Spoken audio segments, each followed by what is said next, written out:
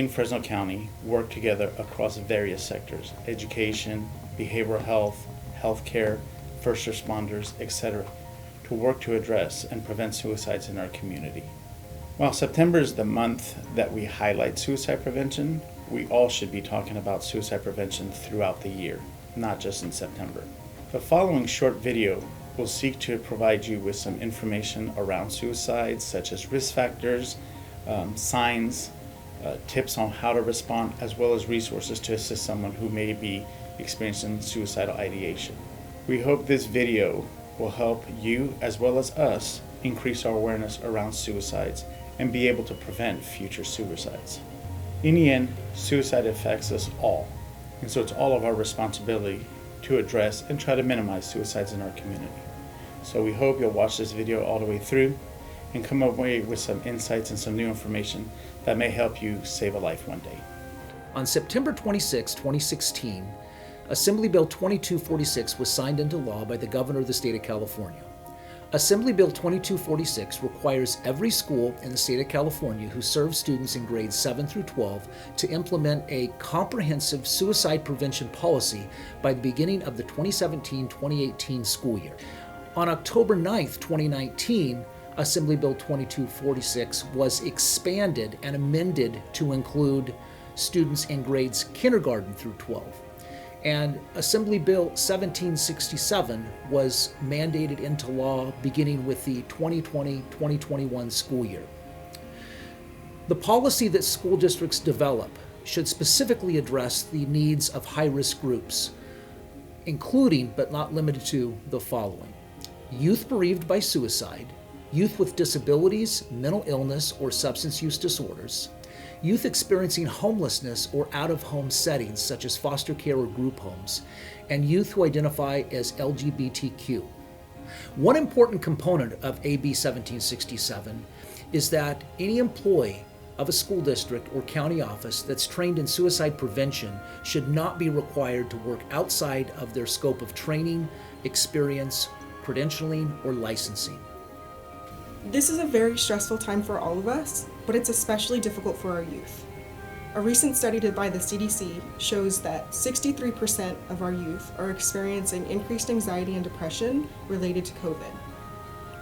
They're dealing with social isolation, difficulties adapting to the different kinds of academic expectations, and just an uncertain future. Even before COVID, suicide was the 10th leading cause of death in the United States. On average, we have about 132 deaths per day because of suicide.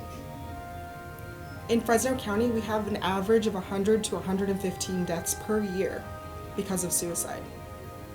In 2018, we had 2 of our youth who died by suicide.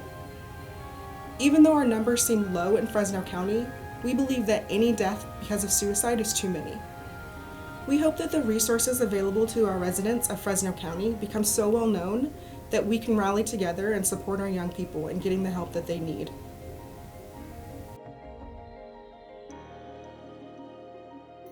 My mental health story begins by cycling through 7 psychologists, 5 psychiatrists, over 14 different medications. I have been declared a 5150 on 2 accounts, attempted suicide twice, and have spent a total of 16 days within psychiatric and patient facilities. So I'm quite familiar with the mental health system. I didn't show the typical signs. I took a bunch of AP classes, I was a cheerleader, I had a list of co-curriculars, and on paper everything was great, but I felt so empty and depressed, and I didn't know where to turn to. I had great friends and a loving family, but I just didn't have the words. For most of my career life, I have been an educator, an educational leader, and a community leader. But none of my education or experience in working with children prepared me for my own personal and very private journey of having my daughter battle bipolar depression. My daughter was that kid. The kid who was the cheerleader with a busy social life that excelled in academics and sports. So when bipolar hit after high school, I wondered where that kid was. And that kid, my kid, had a disease that was altering how she perceived herself, others, and her world. And I learned that the disease is referred to mental health challenge. And it is not something a parent would ever prepare for. I learned that many educators did not learn about mental health while they're getting their teaching credential. I know that I didn't. I also learned that society was not prepared to talk about depression or not equipped to recognize it. So how is it that if we're not prepared, that our children, our students, are supposed to navigate it? As teachers, we have the best jobs. We come into education for so many different reasons. To teach academic content that we love, to help our students achieve, to be lifelong learners, and most importantly, we come into education because we really care about our students and we want what's best for them.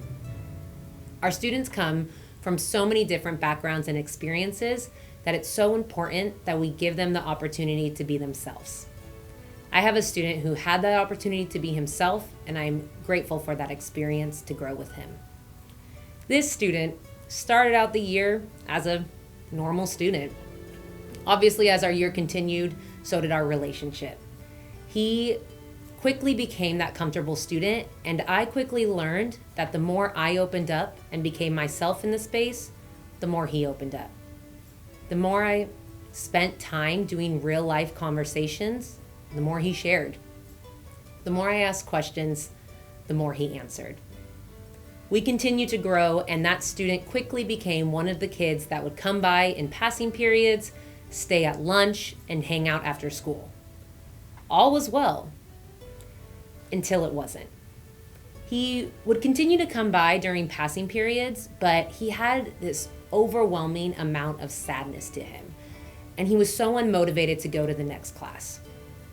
He'd hang out at lunch, but he'd hang out from afar. He would disengage himself from conversations and didn't want to talk with other students.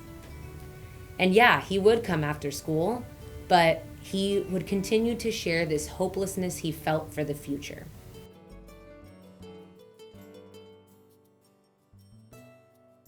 Risk factors are those things that maybe we were exposed to, things that we've experienced in our lives that cause us to be at more risk, like experiencing trauma or certain family challenges like divorce, domestic violence, having a sibling or a parent that's in trouble with the law, or problems with substance abuse or drugs. Those warning signs are those things that we can see, observe, those things that are apparent with a student or an adult. And those can come from a variety of different factors. Those can be things that are related to changes in their behavior, changes in their habits, changes in their mood. It can also address certain types of feelings of hopelessness, withdrawal, restlessness, those types of things. Actions might be things like aggression, exhibiting at-risk behaviors, showing that you're not being careful, putting yourself maybe in dangerous or, like I said earlier, at-risk situations. And then behaviors like the inability to concentrate, feelings or exhibiting signs of depression, restlessness, I referenced earlier hopelessness, things where you're not feeling like there's hope, or even starting to isolate, those times when you are isolating yourselves from family, other people that are your normal support system, those types of things. And then the last thing would be words or statements that communicate risk. Things like, I wish I was dead, I don't want to be alive anymore, I'm going to kill myself.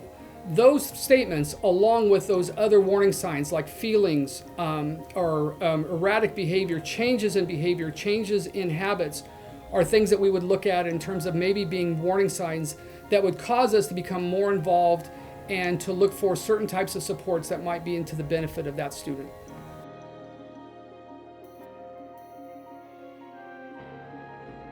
Once you know or suspect that someone's thinking about suicide, you need to take it serious.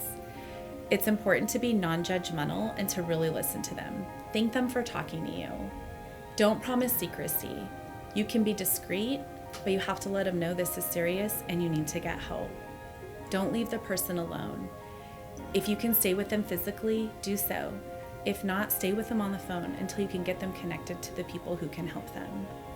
Remember, you don't have to do anything outside of your job in order to help people. There are people out there that they can talk to, and what you can do is get them connected over to the right people. We finally got to a point where I sat him down and I just asked what was going on.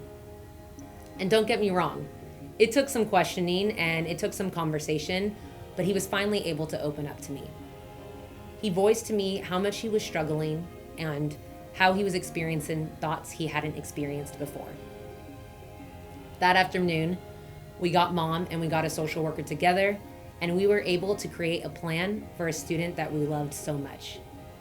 The student and the mom left our space with resources, with a list of therapists to call, and with a group. This student was able to join a community and get the support that he needed. I got lucky, so lucky. This student was able to move forward and to continue on with his journey, and he had that continual help.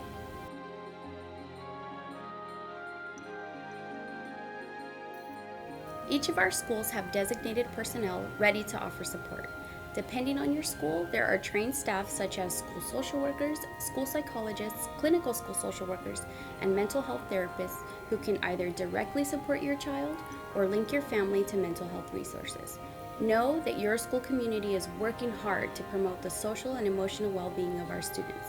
Together, we can support our youth. Please reach out to your school. We're here and we're ready to help.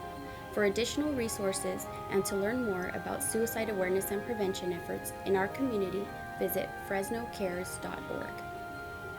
And I'm here to speak briefly about what our program is about, what it's really like to call the Lifeline. First of all, I wanted to let you know we're here at any time of the day. We're a free, local, confidential resource that anyone has access to. I also wanted to let you know, too, that we're here to provide emotional support, whether you're in an emotional crisis, anything like that, or you're having thoughts of suicide, or maybe even both. We're here to provide that support at any time of the day. All counselors are trained to provide that support throughout the day, whether it be 12 p.m. or 3 a.m. in the morning. Please feel free to reach out. Our number is 1-800-273-8255. LOSS is a program of Hines Hospice, and it is funded by Fresno County Department of Behavioral Health. LOSS stands for Local Outreach to Suicide Survivors. Whenever a suicide takes place in Fresno County, the coroner's office or the police or the chaplain will call our team, and we respond to the home 24 hours a day, 7 days a week. We come with one clinician and one volunteer, and all of our volunteers are also suicide loss survivors themselves. So we show up at the home and we provide immediate resources to the family. For example, on how to talk to kids, we provide books for children on what just happened and what was the cause of this, or who, not blaming ourselves as children. We provide information on all funeral homes in the county, what to do in the following days and weeks after a suicide loss. We also provide no-charge therapy to all friends and family, colleagues, neighbors, anybody who's been impacted by a suicide loss. We have support groups for kids, teenagers, adults, as well as moms who've lost children to suicide. We have quarterly remembrance services and yearly events for anybody who's been impacted by a suicide. And this service is for anybody who's lost anyone to suicide, whether it was in Fresno County or somewhere else in the country. It could be this week or 50 years ago. If you have been impacted by suicide, we want to make sure to provide support and resources to you on this journey. So if you or a family member or a student has been impacted by suicide, please do not hesitate to reach out to our agency, and we would love to provide support. Our phone number is 559-322-5877, and that's Fresno Survivors of Suicide Loss under Hines Hospice, who also manages the LOSS team here in Fresno County. Please do not hesitate to reach out. We want to provide resources and support to anybody in this county who's been impacted by suicide loss.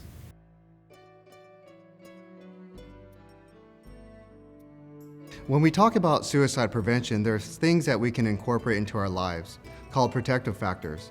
It's like a guard or a shield. It helps us feel better, feel less depressed, and feel more hopeful. Having access to mental health care or counseling, and getting help to talk to someone about how we're feeling and thinking, learning coping and problem-solving skills. Oftentimes, mental health or counseling is seen as weak. We need to shift our thinking to make mental and emotional care a priority. Another protective factor is feelings of inclusion into a community, having family support, positive friendships, being a part of a faith-based community. We all have struggles whether we're a youth or an adult, and oftentimes it's easier to go through struggles with someone rather than alone. To be with someone who says, I care and I'm here for you. Also having a sense of connectedness, having a positive relationship with adults at your school, with your teacher, it could be your counselor or a school social worker, and being connected to school through sports and clubs. You also might want to reach out to community organizations to volunteer and serve others. Things you can do for yourself is positive coping and self-care. Physical activity is important. It doesn't mean you have to join a gym. Maybe going out for a walk. And if you have pets, taking your dog for a walk. Looking at your hobbies. Do you like to go hiking or fishing? Or some creative outlets like journaling, listening to uplifting music. Maybe taking a look at mindfulness or relaxation techniques. Just finding time and space for yourself to recharge. These are all essential actions to build resilience and help us heal. We can also think about how we can be protective factors for others through our own relationships.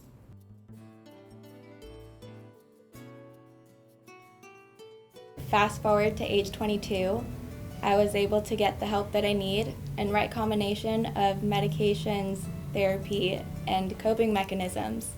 I am now the youngest member to be appointed to the Fresno County Behavioral Health Board on the first committee for youth mental health for the state of California. I share my story at conferences and events and facilitate workshops to uplift youth voices. And I started an organization called the Wildfire Effect to help work towards alleviating the challenges associated with navigating the mental health system. I hope my story serves as an example of how depression can invigorate growth. And although I wouldn't want to relive that experience again, I am grateful for it because I wouldn't be where I am today. I ask of you to be the person that you wish you had when you were younger, and together we can prevent suicide. I am so grateful to see mental health being discussed so openly in our community. Trust me, I would not have opted to be in this video. But I went through this journey, blindly, may I say. And I have learned that mental health needs to be addressed more than ever. My daughter's experience catapulted both of us to be open, bold, and fierce. We cannot lose someone's son, someone's daughter, a student on our campus, or let them languish in despair because we did not provide the proper infrastructure or resources for mental health. So parents and educators, it is time to armor up and take on the mental health battle because literally our children's lives are depending on it. You know, as teachers and as students, we're often told that students and teachers spend more time in the classroom than they do at home. Well, if that's the case, then we need to be the ones to create that safe space. Teachers, you are so important and you matter so much. Let's continue to remind ourselves that and do the work that matters most.